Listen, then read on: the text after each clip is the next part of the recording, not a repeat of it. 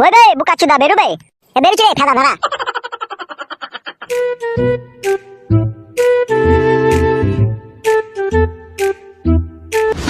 কি ব্যাপার তোরা এখানে?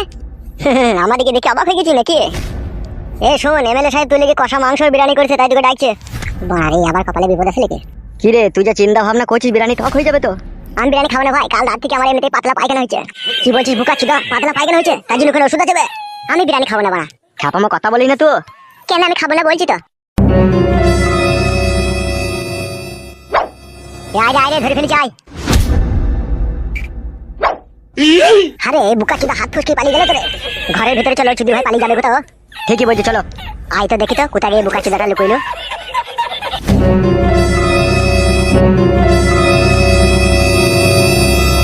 আরে বুকা চুদাটাকে উনি কোথায় লুকাইলো রে? সেটাই তো বাড়া, কোথায় গেল কোথায় শালো? ও কোনো জায়গায় গিয়ে রিহাই পাবে না তো।